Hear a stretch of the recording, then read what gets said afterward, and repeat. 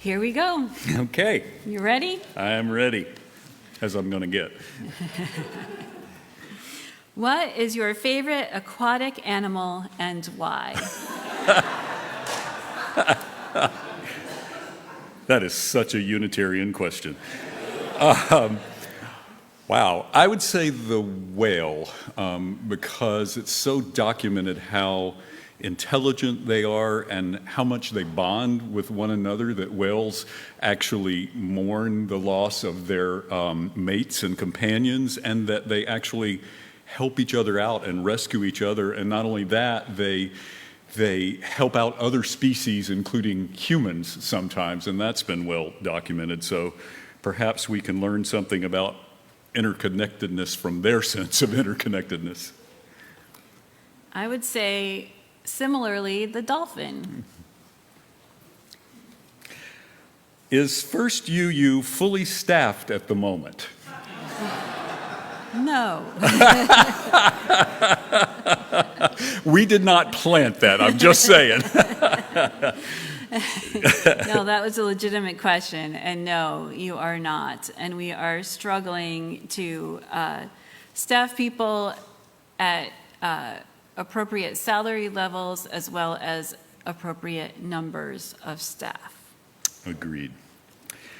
What would you say is Unitarian Universalism's greatest calling in this moment in history?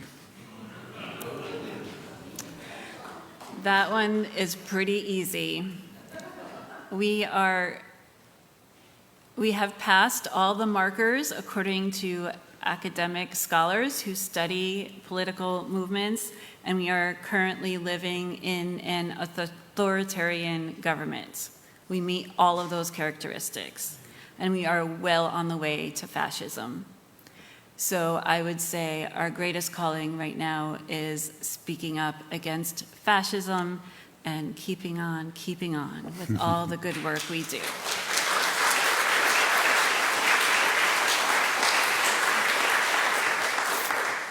So in a similar way, I would say that, as many of you know, we have centered our faith in the value of love. We have centered our faith in love. I call that a fierce love.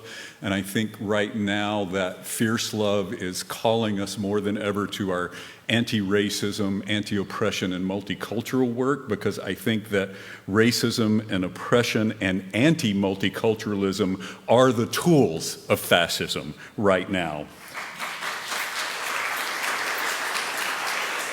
And I think theologically, as Dr. Martin Luther King said, injustice to one is injustice to all. And as collective liberation says, we're all part of that interwoven tapestry. None of us can reach our most creative spiritual fulfillment until all of us can reach their most creative spiritual fulfillment. And so right now, I would say that is our calling, and that fierce love calls us to not allow ourselves to get discouraged and fall into despair. My beau sent me some information from Pew Research recently about how discouraged so many of us really are becoming because of what's happening in our country, specifically related especially to racism and oppression. And I would say, right now, I want to talk to my fellow cis white people. So if you don't identify as those, feel free to look at your smartphone or take a potty break. I won't be offended. I think that other folks have been doing the heavy lifting for a long time, and I think it is now time for us to step up, and I think it's especially easy for us to fall into despair because we're not the ones that are going to get sent to a concentration camp in El Salvador or Sudan or somewhere even worse. So I think that we are the ones that are now called to rip up racism and all of those related oppressions from the roots, because all of those oppressions are rooted together. We have to rip up racism and all of the other oppressions because, again, none of us can thrive until all of us can thrive. And I don't know what gets more theological than that, and I don't know what expresses love more than that.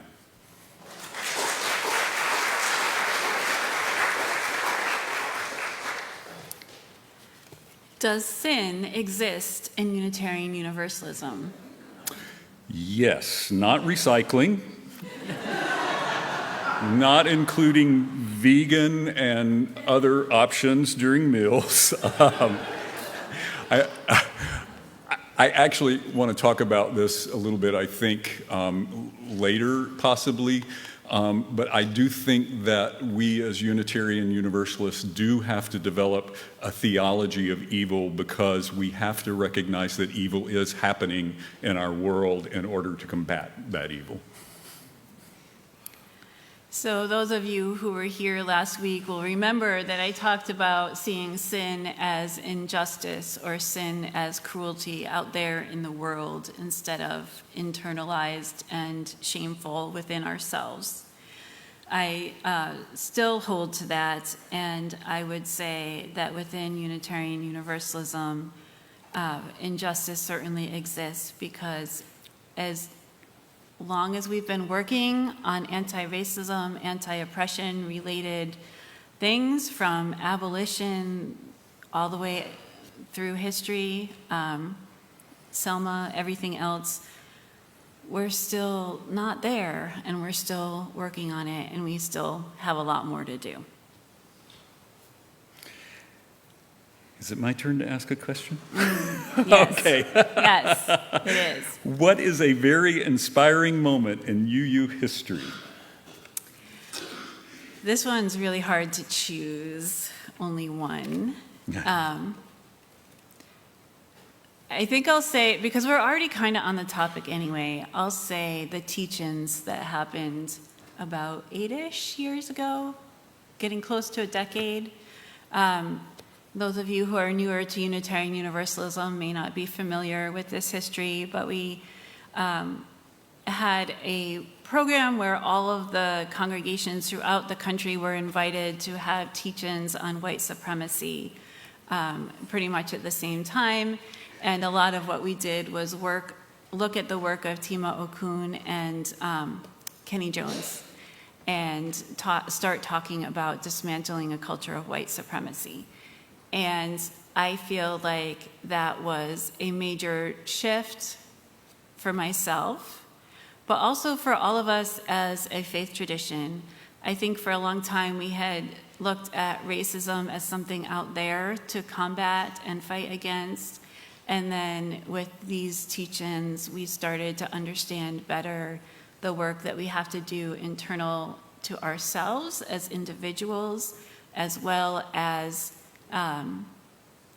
internal to our congregations. So it's not just about society, it's about how we embody things in our congregation and embody things in ourselves. And I'm going to expand that a little bit. While it was really focused on racism, I'm speaking to everybody, because there are so many other oppressions that we are also working on, whether they are related to LGBTQ or gender identity, which is the T and the Q, but especially right now, gender identity. And also, we've only really started talking about disability the last couple years. Yeah. I would agree with all that, and I would add, just more personally and more involving Unitarian Universalism within this church, for me, a really inspiring moment was when I was a new minister and I was in the airport in Boston, actually coming home from a meeting at the Unitarian Universalist Association, and our senior minister at the time, Meg Barnhouse, called me and asked me if I would be okay if we took a young woman into immigration sanctuary here at the church. And I burst into tears right there in the Boston airport because I was so proud of this church, and that was such a meaningful moment. And then the way this church responded to that and really set up a place for her to live within the church, and took part in eventually gaining freedom for that person, was just so inspiring for me. Let's see. Do dogs and cats go to heaven? Yes. Agreed. Especially my dogs. Yes. That was a simple answer. Yes, that's all you're getting. What is one of your current pet peeves?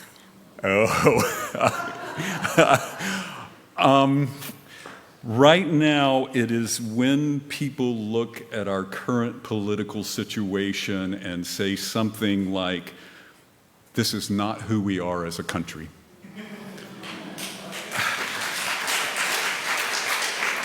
And I'll admit it's a peeve because I want to think that too. And then I have to go, really? Because this is a country that was built on slavery. This is a country that was built on indentured servitude.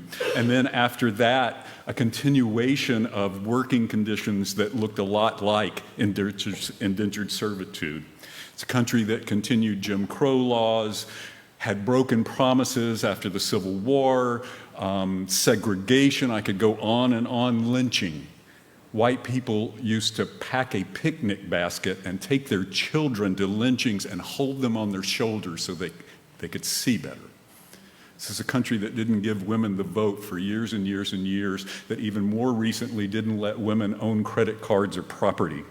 It's a country that engaged in imperialism throughout the world in order to build up and make profits for our corporations. It is a country that did not respond as a government and a society when my friends were dying of AIDS, and in fact laughed and said they deserved it. So this is the country who we are and have been.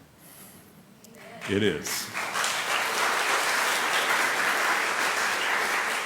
And we have to recognize that because it's not the country we want to be and we want to become. And what we have to do is demand that this country live up to the values that this country has always proclaimed but has not yet lived out.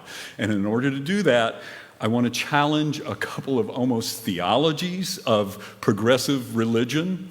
One is that people are inherently good.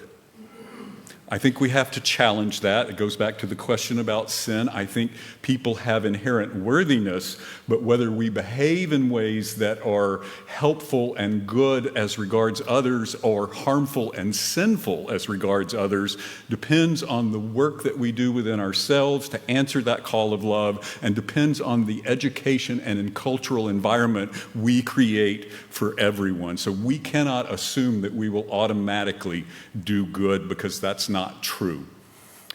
We have to answer the call of love so that we engage in the good and we don't answer the call of our lesser angels and do harm. The other thing I would say is we have to get rid of this idea that the arc of the universe inevitably bends towards justice, because it doesn't. Left alone, the universe is random. We have to bend that arc toward justice, and that is up to us. And we have to realize that we have to do that not knowing what the outcome of that is going to be, because we have to know it's worth doing that work regardless, because that is the way that we know God and that is the way that we know love. And that arc is going to be a jagged line, and we have to know that. So that is my pet peeve.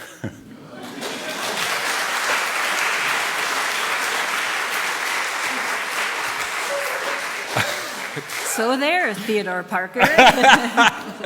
Yeah, I've got a gun in the... No, I'm kidding. That Theodore Parker used to keep a gun in his desk in order to defend the fugitive slaves who lived in his congregation from those militias that were coming after them in Massachusetts. And what's your pet peeve? So bringing it down to the specifics of actual day-to-day life for me, when people park their vehicles over the edge of the curb and block the sidewalk so that people who use scooters and rollators and walkers and service dogs and guide sticks and everything else can't walk on the walk stop or roll on the sidewalks. I'm reminded of this because yesterday I was coming home to my apartment and there was a moving van blocking the two disabled spots, and I was not able to park. I could go on and on about disability pet peeves. So blocking the sidewalk is a sin within Unitarian Universalism. Yes, it is. Don't do it. And I would add on to what Chris said, that, this is a big vision talking about the country and the difference between the ideals we believe in and how our country actually behaves or actually is. The same is true for our UU congregations people. We have wonderful ideas and ideals and values about welcoming people of diverse genders and diverse races and ethnicities and diverse orientations and diverse abilities, but we don't always actually do it. We have work to do. And I think it's okay to have work to do. What's not okay with me, the peeve part, is thinking that because we believe it makes it true. Yeah, thank you. And related to that, what is the rationale behind the ungendering of the restrooms with the new signs? Oh, okay. We are going to stop focusing on people's personal equipment, also known as genitalia. We're not going to figure out which reproductive organs people have or do not have and which bathrooms they belong in. Instead, we are going to focus on the equipment which is present in the bathroom, whether they are stalls or urinals. If urinals freak you out, I know it's true for a lot of people, don't go in the one that has urinals. And I'm being a little flippant, my spouse is transgender, if that gives some perspective to my going on and on about this. But I also want to say, pastorally, I think this can activate some people who have a trauma history in terms of safety in bathrooms. And I get that, and we need to be pastoral in addressing that. And we have a single stall bathroom. So anyone who doesn't feel safe, doesn't feel comfortable, just use the single stall. Everybody else who's good mixing up the genders, use all the rest of them. I don't have anything to add to that. Okay. Do you have a favorite hymn? Oh my gosh, Morning is Broken. I just love that one for some reason. I have so many favorite I know, hymns. it's so hard to pick one. I would say number 6. That is the one I want sung at my memorial service. That is how I want to live my life. It's probably easier to answer the one that I don't like, but I'm not going to tell you that. Okay. Why don't we have more evening activities for adults without children? Okay. 2 answers for that. Uh-huh. One is we have a plethora of chalice circles and wellspring groups that really are adults only. Mm-hmm.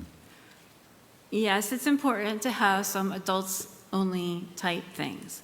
And we are building a beloved community, and children are part of our beloved community. And children and youth of all ages belong in all of our worship services and in all of our Vesper services and in all of our social potluck, auction, everything else we do. So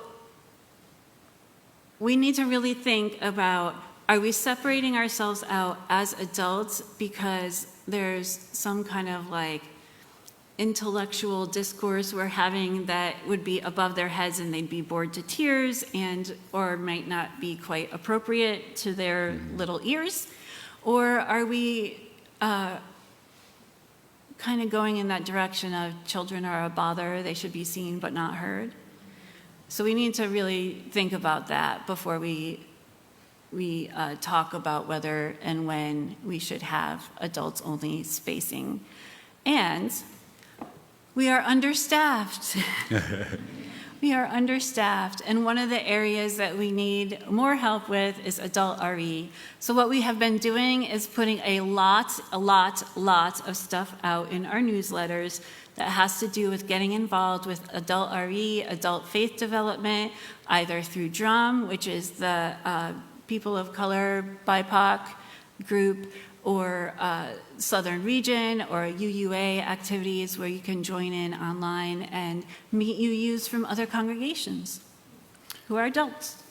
So we are running short on time, so we're going to make this the last question. And I'll just add very quickly, I talked earlier about collective liberation theology, and a part of that theology that says, I can only thrive unless all of you and everyone thrives, is that one of the ways we thrive is appreciating difference. And that's true whether it's across culture or race or gender identity or whatever it might be. As Valerie Kaur says, you, each of you, and everyone else is just a part of me that I haven't gotten to know yet. And so for me to thrive, I have to get to know you, and I have to enjoy and respect that difference and learn from it. The same is true for multi-generational differences. And believe me, we can enhance our spirituality as adults by listening to what our children have to say. And that's why I would invite you, even if you're an adult without children, to come to the events that include adults with children and interact with the children, because it will help you to thrive to do that. Absolutely. And I have, there we go. And speaking of Valerie Kaur, is Beth here by any chance? Can you stand up? This is Beth. She is going to be leading a year-long adult faith program on Valerie Kaur's work next year based on revolutionary love, and it is going to be amazing, and I'm so sad that I'm going to miss it. So if you have questions or want to start getting information, Beth is your person to talk to. Yay. All right, now please rise and